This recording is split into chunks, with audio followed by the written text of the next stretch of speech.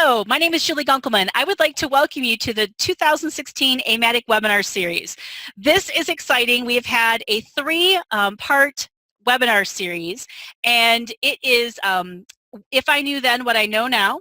And Herb Gross did the first two, but he works very closely with Judy Bender and Rick Medeiros, and they are taking lead on this installment called Implementing the Vision.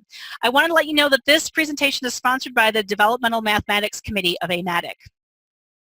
One of the core values of AMATYC is professional development, and it is building expertise and exhibiting leadership in the teaching and learning of mathematics, enhancing personal growth, which we're all doing today, and improving teaching methods and effectiveness as a personally initiated lifelong responsibility. For more information, please see amatyc.org. I need to let you know that the views expressed by the presenter are not necessarily the views of AMATYC. Commercial products mentioned by the presenters are not endorsed by AMATYC. WebAssign is our sponsor of this year's web series. And I didn't get an actual writing of a biography from Judy and Rick. Herb's is online. It's about an hour long. He tells you all about what he has done. And I'm going to let Judy and Rick tell how they got involved with Herb and this project. I'm going to go ahead now and switch it over to Judy and Rick. Thank you. Are we on? You are. Hi, everybody. My name is Judy Bender, and I'm sitting here with Rick Medeiros. Good afternoon. And we're going to give you a much briefer outline of who we are. Rick is going to go first and tell you how he got involved in working with Herb. Back in 2004 in the city of New Bedford, the teachers had to take, elementary teachers took a math course with Herb as a presenter, and they did a course for coaches and all the elementary teachers. I met Herb in the course and was excited about the way he presented material and his adjective noun concept. I taught 35 years in the New Bedford school system, 29 years as a 6th grade teacher, and my last 6 were as a 5th grade teacher. Since then, I've been working with Herb in workshops, doing PowerPoint presentations with his material, and we just had a nice relationship with his information and trying to present it on a website now that Judy joined us and has developed a tremendous website with all of Herb's material. Okay, guess it's my turn. Your turn. I came along quite a bit later. I worked for many years as a math teacher in community colleges. So we have that in common. I worked at Bronx Community College in Bronx, New York. I worked in Morris County Community College in New Jersey. And I've been in various other 2-year institutions. And I also taught for a while at Yale. I live in New Haven, Connecticut right now. And I went back to graduate school kind of late in life, and got my PhD in applied math. And at that time, I sort of got friendly with the head of the teacher who taught the algebra courses in the graduate school. His name is Roger Howe, and he's very famous now for his contributions in algebra theory. But we've stayed in touch, and he's retired now, as am I, from teaching in a school situation. So I was doodling around one day, and I got this wonderful idea, which was adjective noun. And so I called, or I actually emailed Roger, and I said, I have this idea. I think I'd like to show it to you and tell me what you think. Long story short, he's in a group with Herb for mathematicians. And he said, well, somebody's gotten there before you. So I said, oh, okay. And I went to meet Herb, and Rick was there. And we were talking about how we could make this idea more available. And so I suggested a website. And since I also pretty good at computer stuff, I volunteered to do the website. So that's how I got started. And now we also give workshops in Corning, New York mostly. And the 3 of us have become quite a team. We work very hard at this. and we'd like to show you the real side of us. So hold on while we get that. So how do I get rid of Julie? You just go ahead and you hit share screen. Oh, okay. Can you see this? No. Okay. Share screen. So share screen and you share your browser again. Yes. Yes. Here we go. Okay. No. Here we go. All right. There you go. So I hope you can tell which is which. Who's who? All right, so we'll just show you this, our promo video. Guys, we have a good sense of humor here. Mr. Summers is having difficulty getting his students to understand math. As numbers get bigger and math exercises seem to require more rules, he notices a growing disparity among his students' skill levels. And for the first time, explaining new Common Core standards effectively is worrying him. Unlike his colleagues in middle school and high school, who teach only math, Mr. Summers has to keep up to date in every academic subject. Meanwhile, Ms. Matthews Hall has just attended a math as a second language workshop and even teaching by understanding. She writes an equation on the blackboard. The class laughs. No, really, watch this, says Ms. Matthews as she adds to her equation. Aha! Exclaim students as they start to catch on. Then she asks her students to show her the number 3.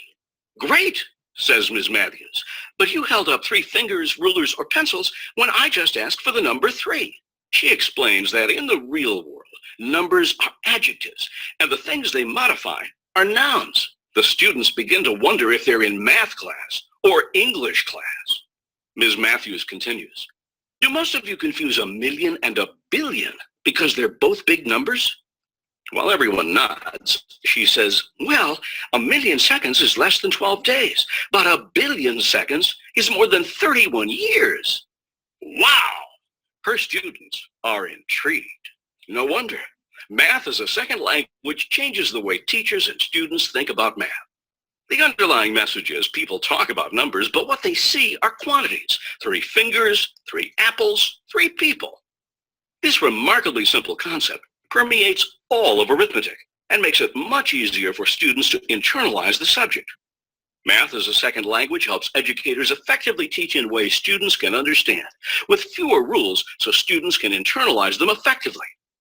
Through workshops, teachers learn powerful techniques for delivering math content in user-friendly ways while having unlimited access to videos, PowerPoints, and printable, editable handouts for use in the classroom. Every arithmetic topic in the Common Core curriculum is included, and all the resources on our website are available to download free of charge. Do you want to see the light bulb go on as your students catch on to math? Do you want to understand math to a greater degree yourself? Check out Math as a Second Language and watch your students' enthusiasm for math multiply in a fraction of the time. Okay.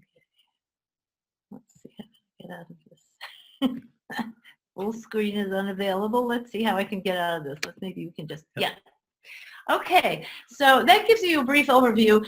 And this was created more for the arithmetic, but what I want to say before we start looking at the material on the website, and here's where we especially would appreciate feedback of what would be useful for you as community college teachers, is that we focus first on arithmetic for elementary school, but many of these ideas are equally applicable even in calculus. So for those of you who teach, say, a calculus course and you're doing integration by parts, there comes a time when you have to add one integral to another, and that's just the adjective noun. So you have 2 of those integrals, and that helps you in integration, as I said, by parts. And certainly in algebra, it's very helpful for adding x, 2x, and 3x, and it's helpful in explaining why you can add x plus y. So we realize that it has applications in all areas. So as we prepare to try to get you to see what would be useful for you on our website, we realize that many of you teach students who are poorly prepared in math. as I experienced when I was teaching in the community college.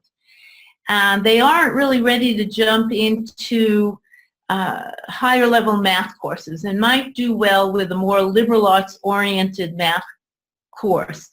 And long ago, Herb wrote a book called The Chronicle of Human Endeavor, and it has some information in it that you might find helpful if you were developing such a course. So that's where we're going to start our tour. And at this time, any time you want to ask a question, please fill out whatever you have to do, and I'll stop in about after we look at what this course has to offer us. So if you look under here, under Teacher Resources, you'll see all of this classroom materials, and then a break, and then we come to Math Appreciation. And we're going to put on here lots of printed items that really don't teach a particular form of math or a particular subject, but look at it in a slightly different way. And it's called A Chronicle of Human Endeavor. I think you can see this on your screen. And it gives a little bit about Herb. And now we can actually look at the textbook. So I'm going to link to that.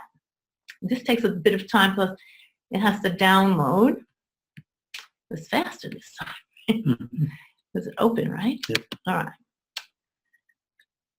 Hopefully this will work.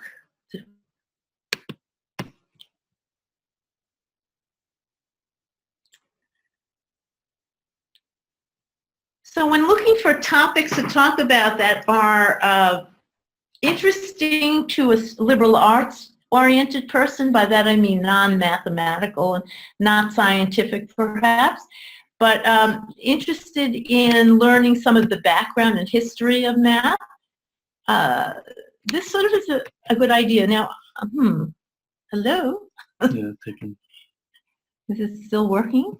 Let's hope it is. All right, in the meantime, while we're waiting, did anyone have any questions? Julie? Can she hear me?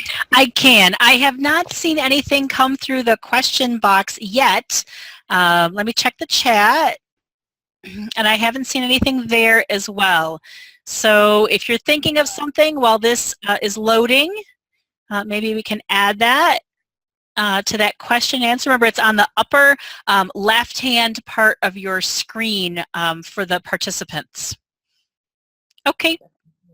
All right, I don't see it coming up, so let's go back to this. Go away. How do you get rid of that toolbar? I'm going to just move the screen. Okay. You can pull your Zoom toolbar around. You can move it out of the way if it's in the way. Yeah, because this Yeah, doesn't- it's taking a while to download. All right, so we'll go back. We'll start with somewhere else, and that is we're going to look at a video that's on this website called archive.org. And archive.org is a free website where anyone can put on their material that they feel will be interesting to a group of people. And this is one of Herb's favorite topics. I don't know if he talked to you about this or not. But in any case, it is called Developing Place Value.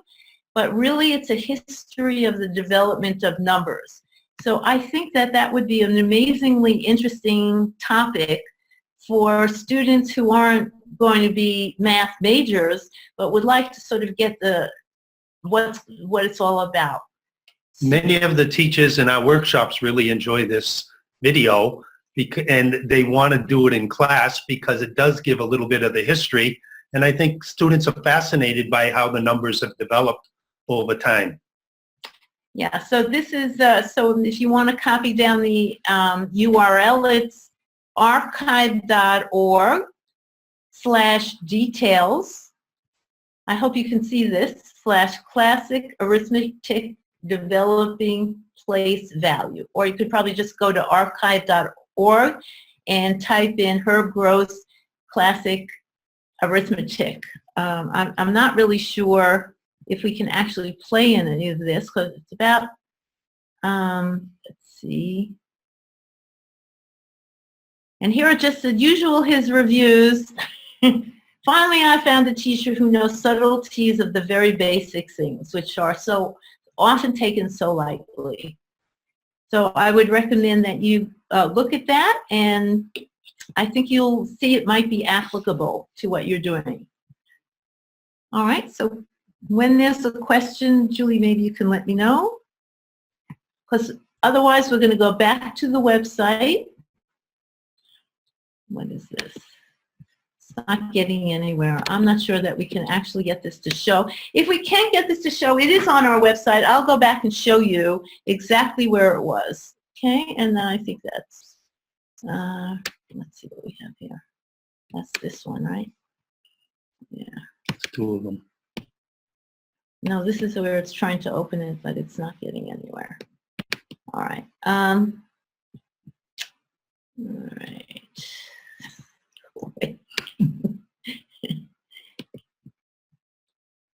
All right, let's go back here.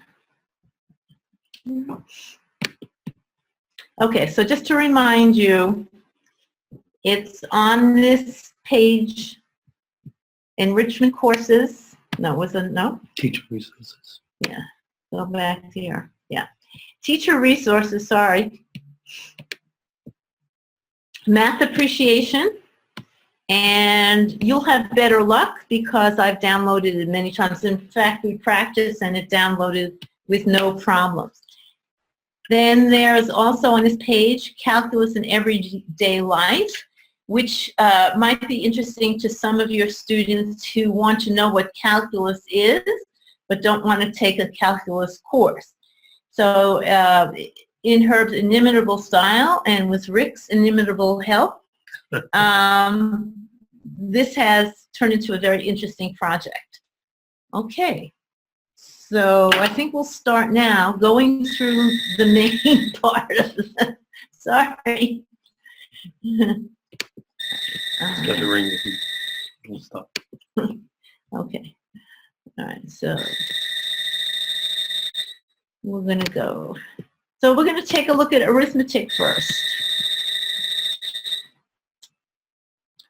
I joined with Herb doing a lot of the arithmetic material, and I think it, excuse me, I think it's very important for the community near the community colleges to get a good basic foundation of arithmetic before they move on to algebra and calculus.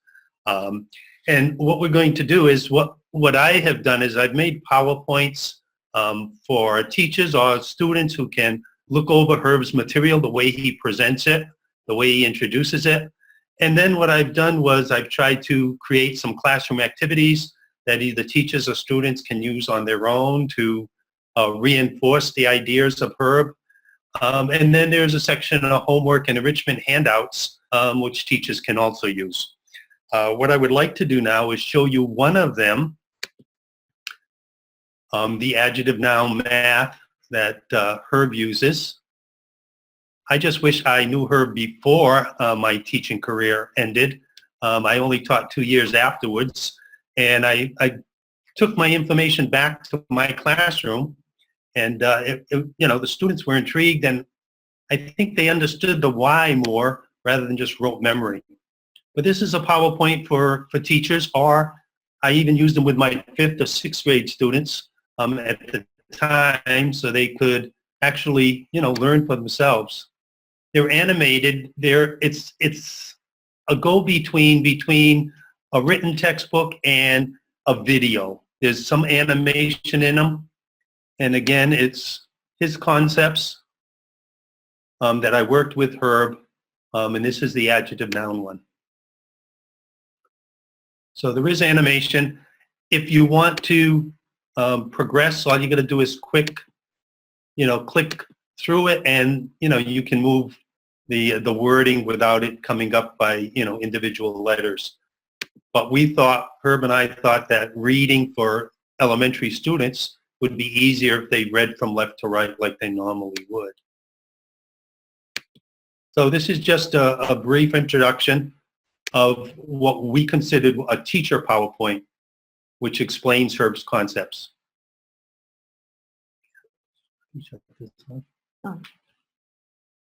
I think we can just click that. Close it. Mm-hmm. Okay, so, and there are also the videos that go with every module has 4 areas: the PowerPoints, the classroom activities, suggested homework and enrichment, and some videos. They each have their different uses, and so the next one we thought might be very interesting for you, and that was a little bit about what we were talking to you about before, which was how he goes through the development of numbers. And we chose tally marks to the rise of Roman numerals. It's this one, instead of being one complete video, is chunked into 5 different main areas. So, okay, here it is. I think you might find it, I find it really interesting.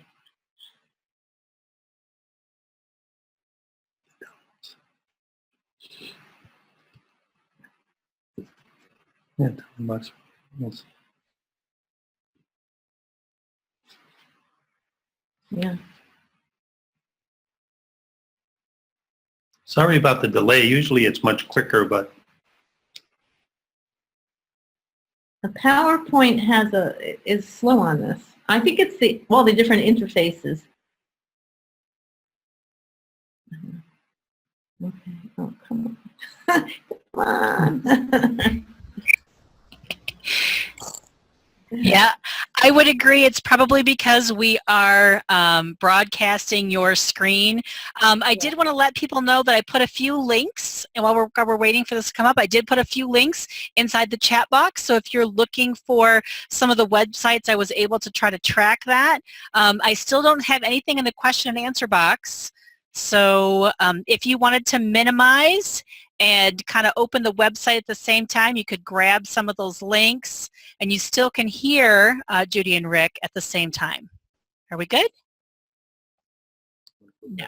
Yeah, I guess we're having too much trouble here, so we're going to not waste your time. Okay. we're going to try a classroom activity if it opens up. Oops. Which one do you want? The San Record. 3 to 5, right? Yep. All right. This is something I never heard of this until I met Rick and Herb. Something called the sand reckoner. Okay, and as you can see from this, it looks a bit like an abacus, but instead it was drawn in the sand. Remember, this is how arithmetic developed, and we still hadn't talked about place value, but we did use the abacus at this time. They were simultaneous. So we went through things like tally marks in the beginning, and numerals, tally marks. So now we've come to the sand reckoner. So imagine that this is lying down on the sand, and these are stones. They use stones to for each of the place values. This was a student PowerPoint that I developed to give students practice in using the sand reckoner and recognizing place value. Each of them comes with directions for the teacher or the student, and I can quickly go through the directions. Each time you want to click when next appears, and it moves on to the next slide. But it comes up with a question, what number is represented on the sand reckoner? And if you click, the stones appear.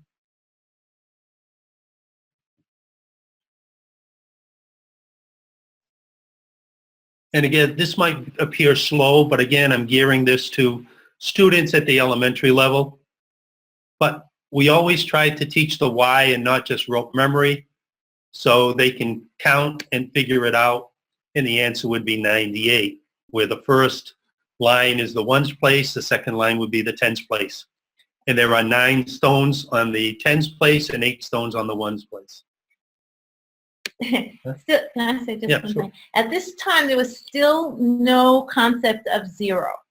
So you will see that the sand reckoner expresses 0. Well, I think you'll see on the next slide what happens when your number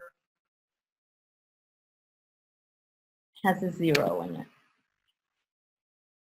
And we don't have to wait for the Right. animation, but anytime you want to, like I say, you can click twice and the animation will just move on.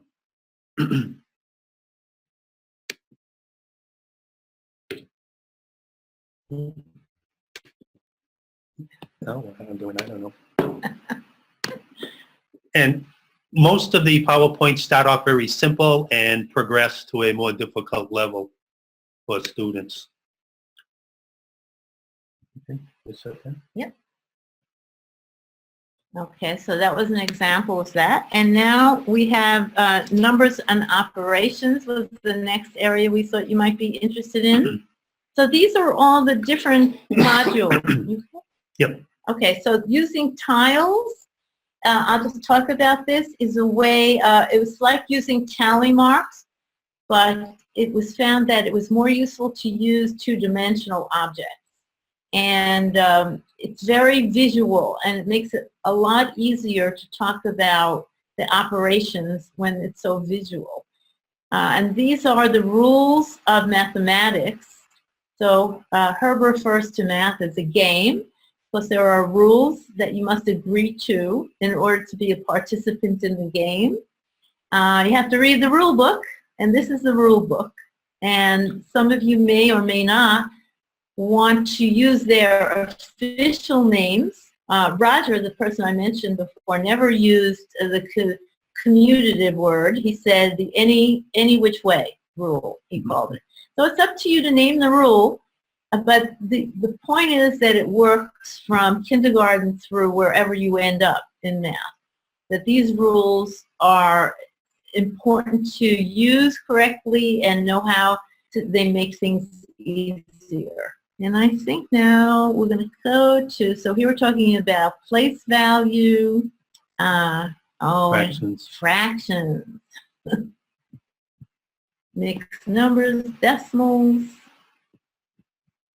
All right, so here's the number system.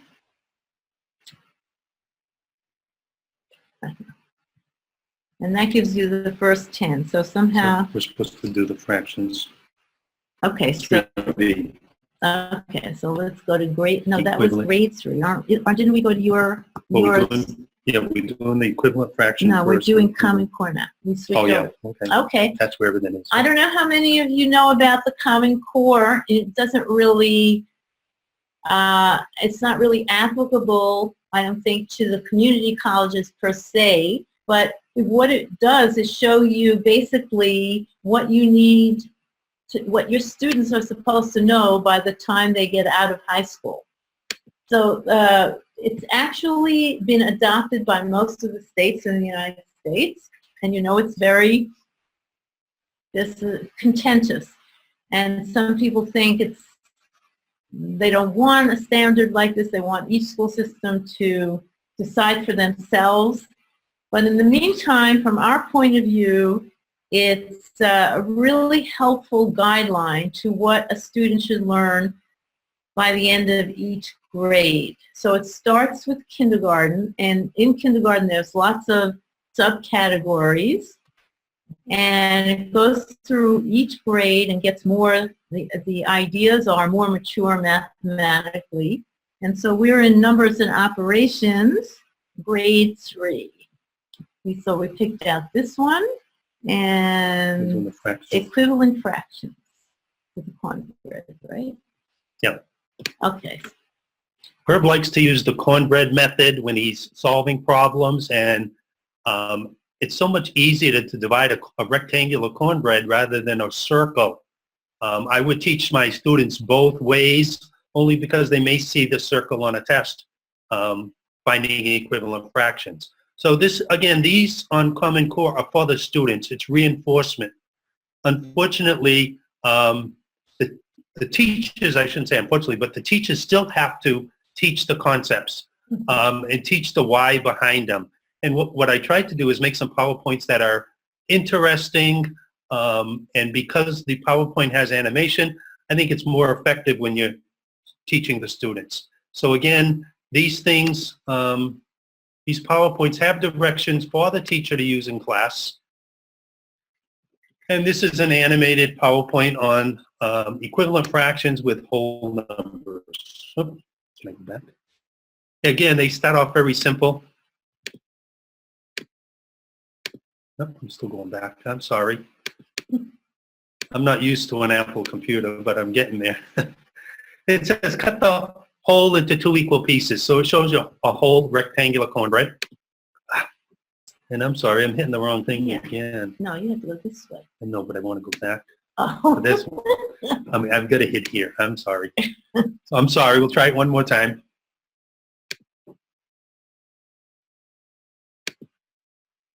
And it talks about cutting the same whole into 4 equal pieces. Now the question is, how many fourths equal 1/2? Well, with the animation, which makes it nice for students to visualize, they can see that 2 fourths equals 1/2. And again, it continues with a variety of equivalent fractions. And the students can understand and hopefully see that the equalities between, fractional parts. So that's just a PowerPoint that I can use to show equivalent fractions, and again, using Herb's idea of a rectangular cornbread. Can you set that? No. Again, these are Common Core. The next one is the What grade is it? mixed number 4. Number 4. Next one, I'm just gonna show you a few mixed numbers using dominoes. We try to get it again interesting. Let's see.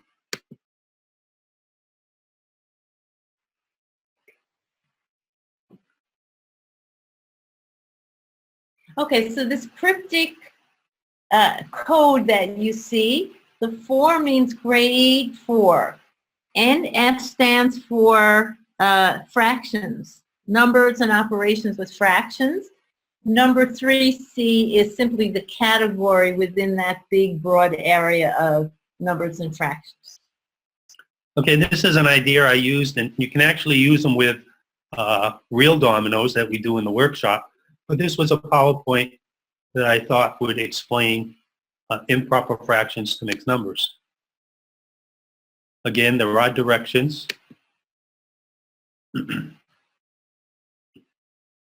So it says find the mixed number for 3/2.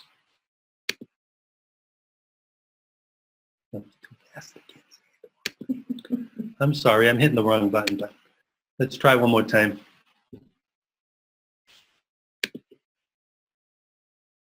And when you click, you're going to notice that 2 of the red dots on the domino turn green.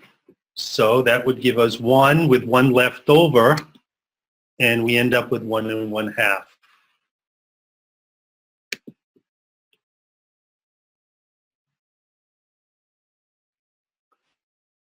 So in our workshop, we hand out dominoes, and then the teachers can use them so they can use them in class. So 7/6, since there are 6 over 6, which equals 1, and 1 left over, we get 1 1/6.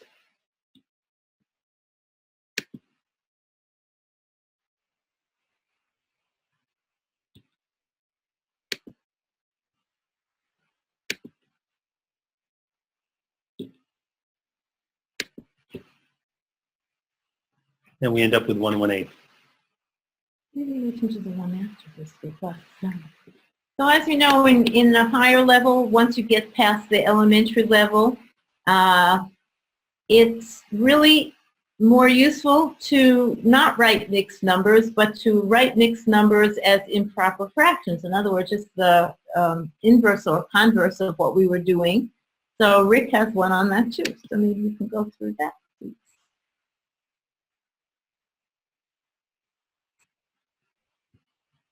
Now we're using the cornbread.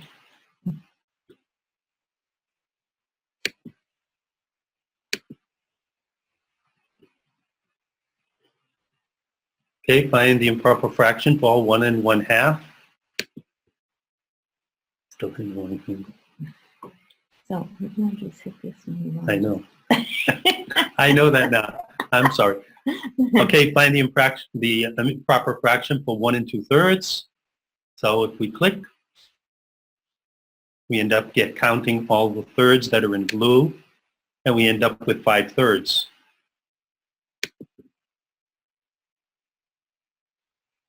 Okay, find the improper fraction for 1 7/10. So the whole will change to tenths.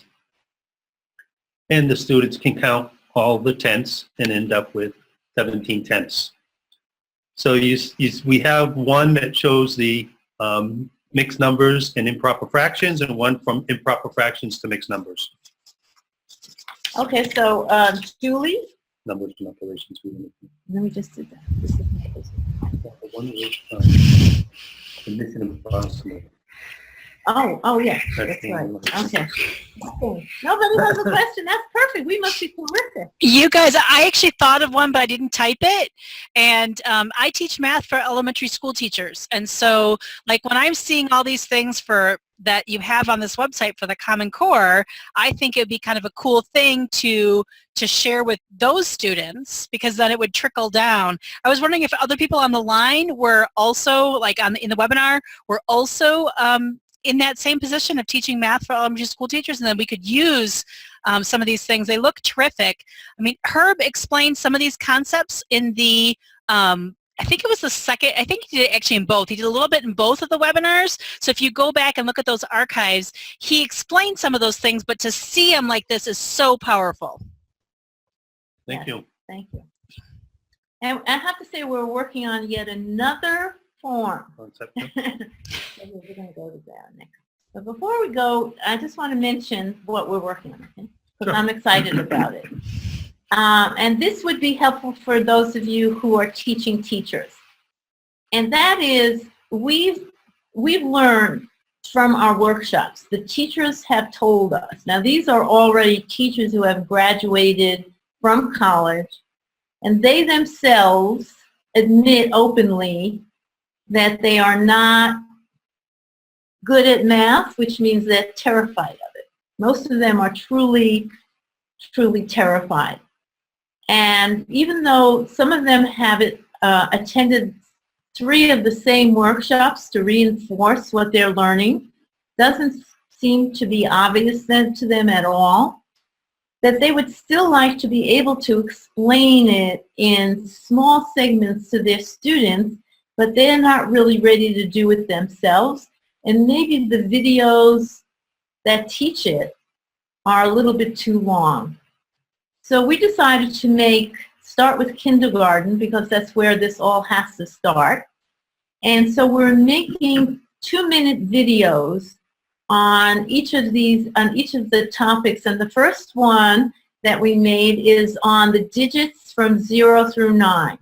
And what we're trying to do is introduce the correct terminology, how the numbers look, how we read them. And the next one after that will be numbers bigger than 9 and less than 100. And they're very funny because they're cartoons. And we'll have them up on the website. We'll have the first 2 up on the website in probably 2 or 3 weeks. And we're very excited about that, because we think the students themselves will have fun with this learning. So keep looking. Okay, so now we have one of Rick's classics, a classic PowerPoint.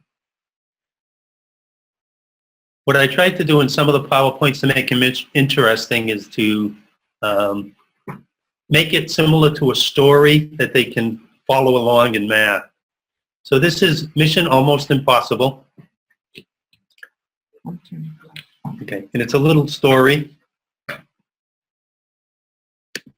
This may take, like I say, a few minutes, but I think it's worth looking at.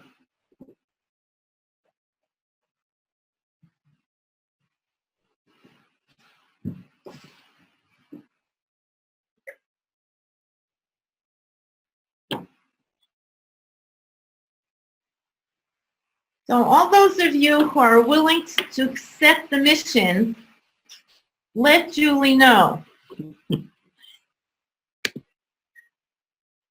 So the student has to accept a decline. If they decline it, it goes back to the first slide, but if they accept it, it continues on.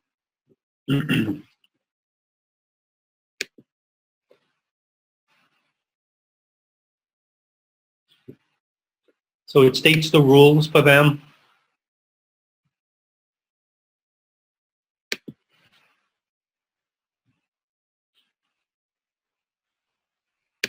Better known as PEMDAS. That's right.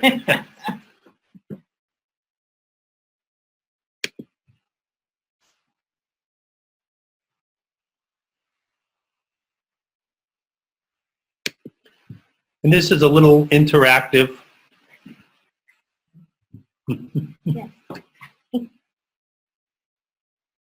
Okay, now, attendees, you have to vote on which one is the correct answer. Julie, can you let us know when people are done voting?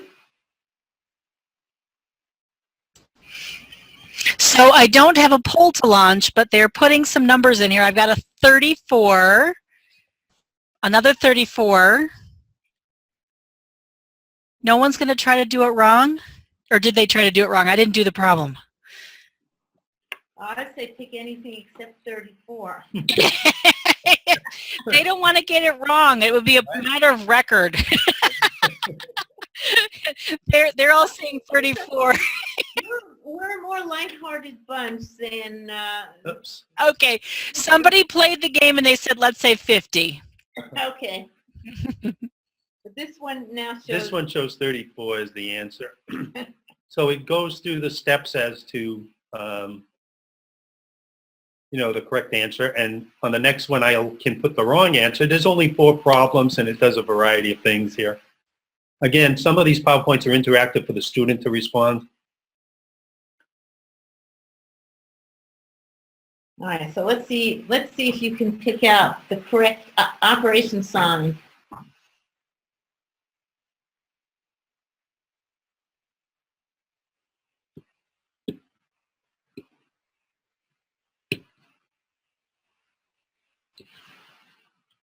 Well, let's wait till we get An answer? We have an answer? No, they haven't put anything in the chat yet. Really? Should have put some integration on that. Maybe. Oh, someone said they want the subtract, the minus. Mm-hmm. Another one voted for minus. No, I want to put the wrong answer. Okay. Yeah, nobody wants to be wrong again, I think, huh? I don't know what's wrong. Let's see. Okay, if we do, let's say multiply. Oh, I'm too quick again. I'm sorry. Go too quick. My hands are too. All right, I'm sorry. I Screwed it up. screwed it up again. All right, so if it's the wrong answer, as you can see, it will go through all the answers and show the correct one in red.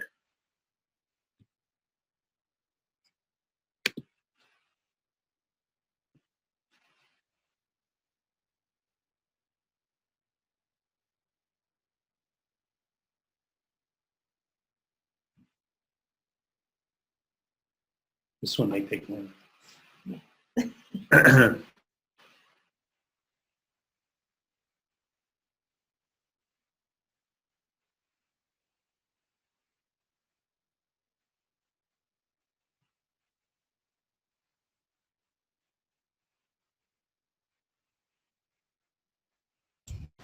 They were quicker this time. They typed in 4.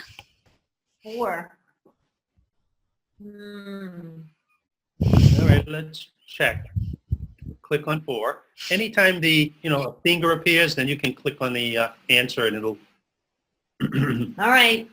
I guess you're going to graduate school now, guys. We have to up the level of difficulty. Okay, But I think you get the idea. yeah, this is the last problem. Yeah, it encourages people to think a little bit about that. Everyone says PEMDAS, but what does it really mean?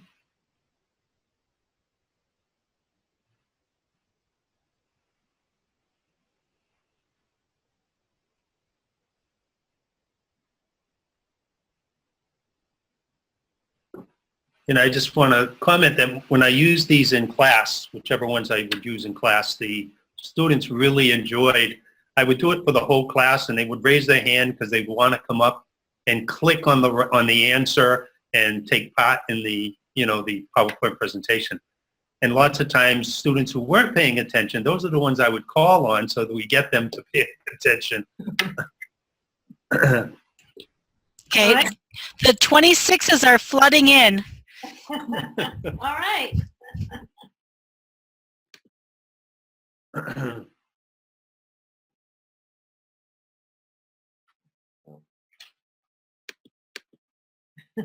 Okay, so if they got the wrong answer, it would say they'd have to go back and try it again, but then the right answer would, they saved math world from the sinister confusion that tries to cloud every math operation. So it's just a little story that the students would enjoy. Okay, so we're all done there. Okay, so we're pretty much, that's arithmetic. So I think we're going to take a look at algebra. I'd like to. Mhm. Yeah. See? So again, we go back to teacher resources, and we'll go to algebra, and you'll see the layout intentionally is very similar. This is basically forms a textbook for algebra, and the first thing Herb has called algebra unarithmetic. So I think, that's the first PowerPoint that we're going to look at. Go through quickly. At least they're all cooperating now. They all woke up.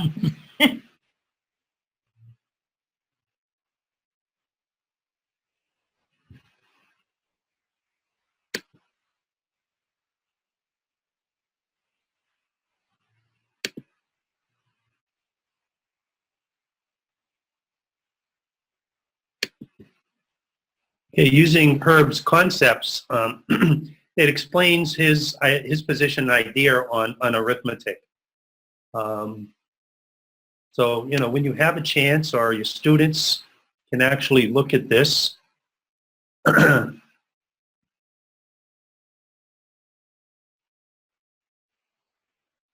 Anytime there's a next on the screen, you can click and it will proceed.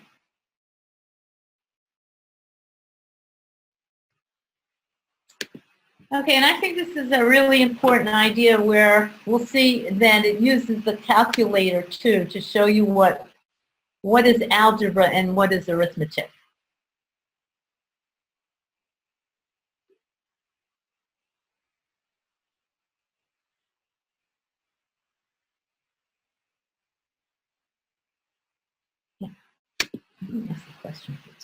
I have a question for you participants. Since you teach higher level math classes, some of you or most of you, how do you feel about the use of calculators in your classroom?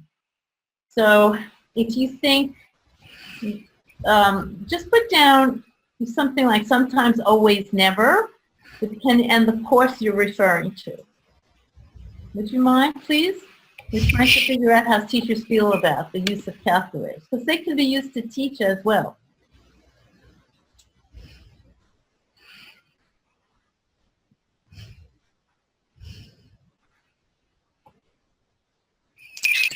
So I'm not seeing anything. So the question was again, how much calculator use, right? So someone said essential every day from basic math on up. Anybody else, their calculator use? Go ahead and put that in the chat box.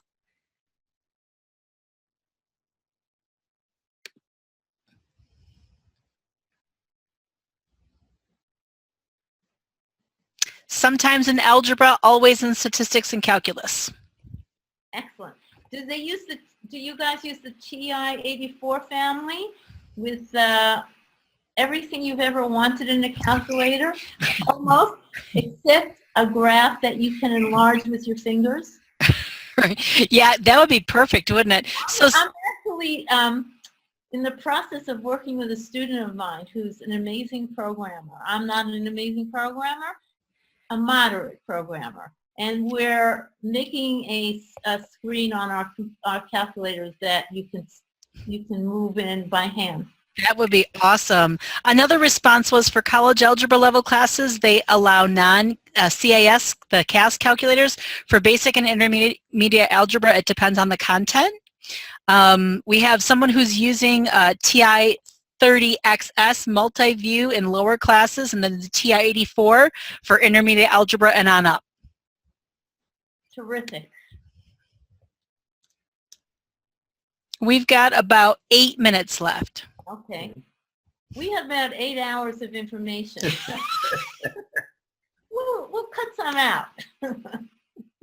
Anyway, what Herb is showing here is how in the arithmetic how to use the calculator, but how it doesn't work for algebra. So I think if we just get to that slide. Yeah, next.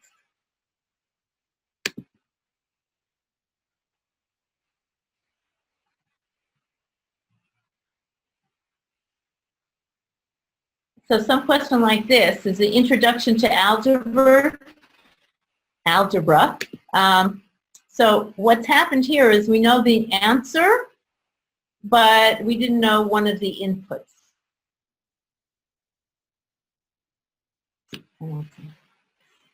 Shut me up. So again, this PowerPoint is on arithmetic, and it's, you know, Herb's ideas and explanation of, you know, the concept of arithmetic versus algebra. Okay, let's quickly. All right, we'll just show one more, and unless there's some questions, so we'll stop here and see if there's anybody who wants to ask or make a suggestion about what else they would like to see on this website. Since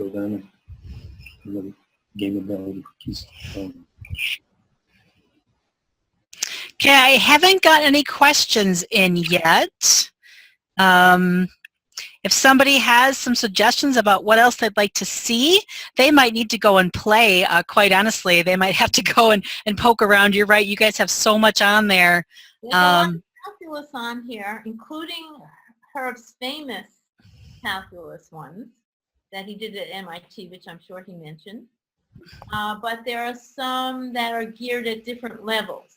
So that might be useful to your students and enjoyable for you to look at. And if you have any suggestions or recommendations, we will do them. So just let us know. Yeah. This is keystone problems that accompany the algebra. Herb has designed some problems.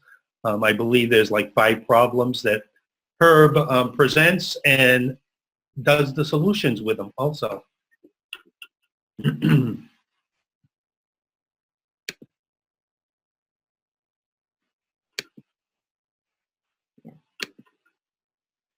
So, you know, Herb likes to explain it in many different ways.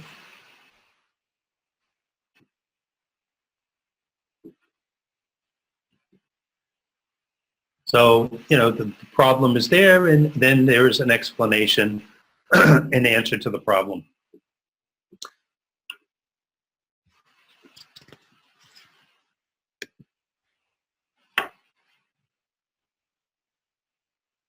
Maybe this is obviously true.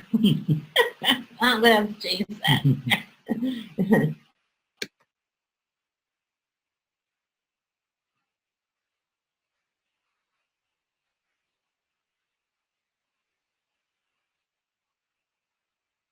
I think we've lost what the beginning was. But I think you are certain that certainly use equivalence relations if you get into some of the more interesting areas in algebra.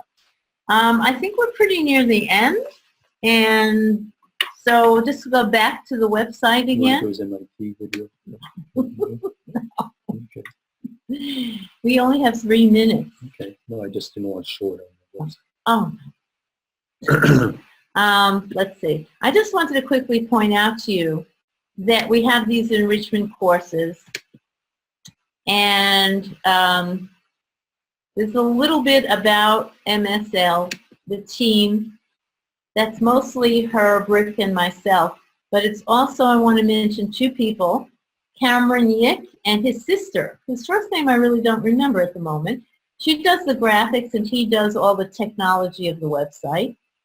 And we're going to be implementing all of these other things, and especially our guest book.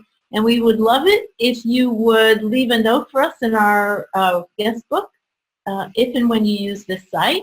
And we will quickly look at the donation button.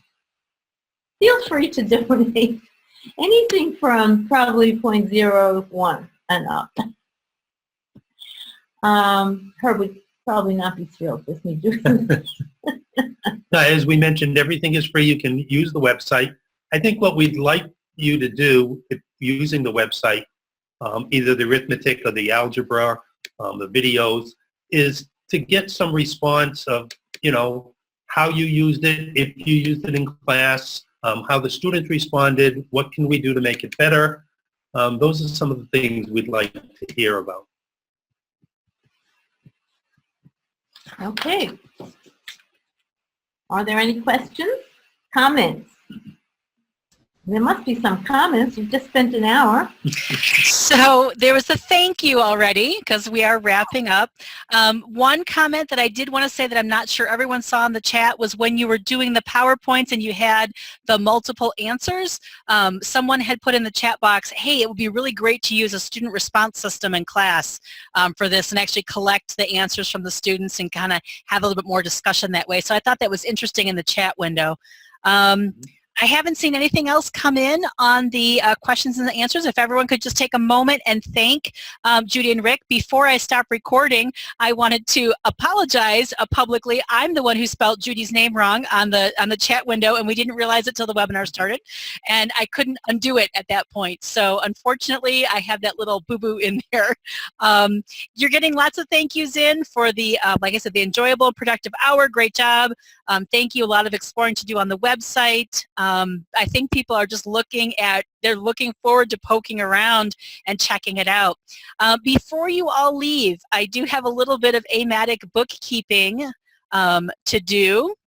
And I want to go back to my PowerPoint. And I think it just started at the beginning again. Oh, no, it didn't. It saved its spot, which is awesome. Okay. So what we have, please go ahead if you liked what you saw today. Support AMATYC. Join by going to bit.ly/joinamatic. We are on social media, so please check us out, Facebook, and we do have a Twitter account as well. The recordings of past AMATYC webinars, including Herb's, the first two in this particular series, which would give you a little more background. If you haven't seen it, please go to bit.ly/AMATYC-webinars. It usually takes us about a week or two to produce and upload the webinars, so give us a little bit of time before this one is posted. And then I do need the survey. So if you want a webinar certificate that you participated today, you do need to take a moment to fill the survey out. I'm going to go ahead and share that in the chat window. I'm going to stop recording.